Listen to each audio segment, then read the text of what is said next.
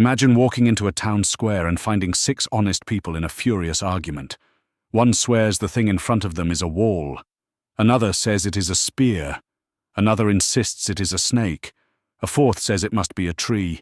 A fifth says it feels like a fan. A sixth laughs and says they are all wrong. It is obviously a rope.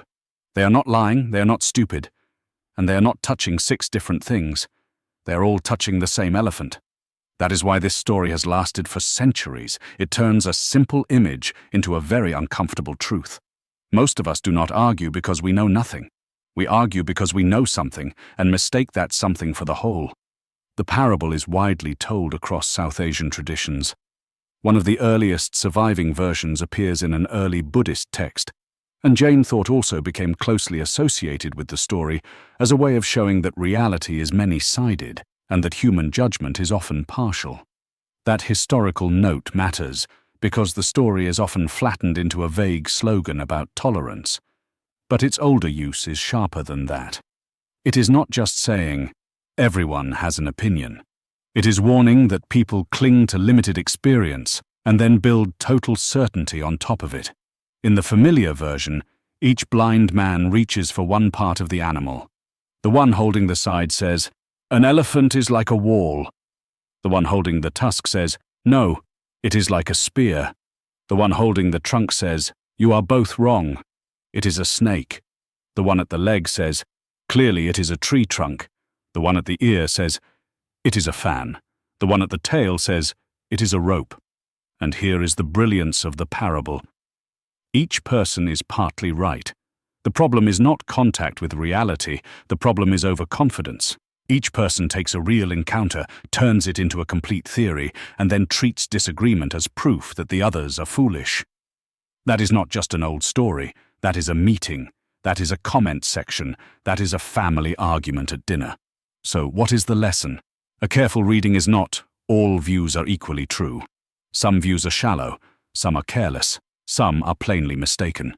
The deeper lesson is this: a partial truth becomes a distortion when it pretends to be the whole truth. In one older setting, the story warns against attachment to one-sided views and the quarrels that follow. In another, it becomes a classic image for intellectual humility. Reality exceeds any single angle of approach. A modern reading can take that insight and apply it more broadly. We see a moment, a metric, a headline, a memory, a feeling, and then we rush to define the entire elephant.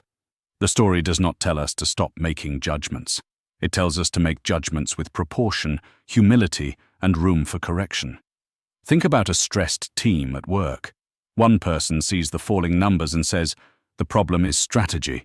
Another hears customer complaints and says, "No, the problem is product quality." Another sees people burning out and says, "Actually, the problem is leadership." Another looks at the budget and says, "None of that matters if the costs are wrong." Now the room is full of elephants. Each person may be touching something real, but if each person defends only their slice, the team gets trapped in the parable. The same thing happens in ordinary life. You know one bad conversation, so you think you understand a whole relationship. You read one article, so you think you understand a whole conflict. You feel one strong emotion, so you think you understand your whole future. The part is real. It is just not the whole animal. So here is the practical takeaway from this very old story. When you feel most certain, pause and ask one question. What part of the elephant am I touching? Then ask a second. What might I be missing? Look for one more angle, one more witness, one more piece of context. Not because certainty is always wrong, but because certainty without perspective is how arguments harden into blindness. The Blind Men and the Elephant is not really a story about being foolish. It is a story about being human. And maybe wisdom begins when we stop defending our fragment long enough to notice that everyone else has touched the same mystery from a different side.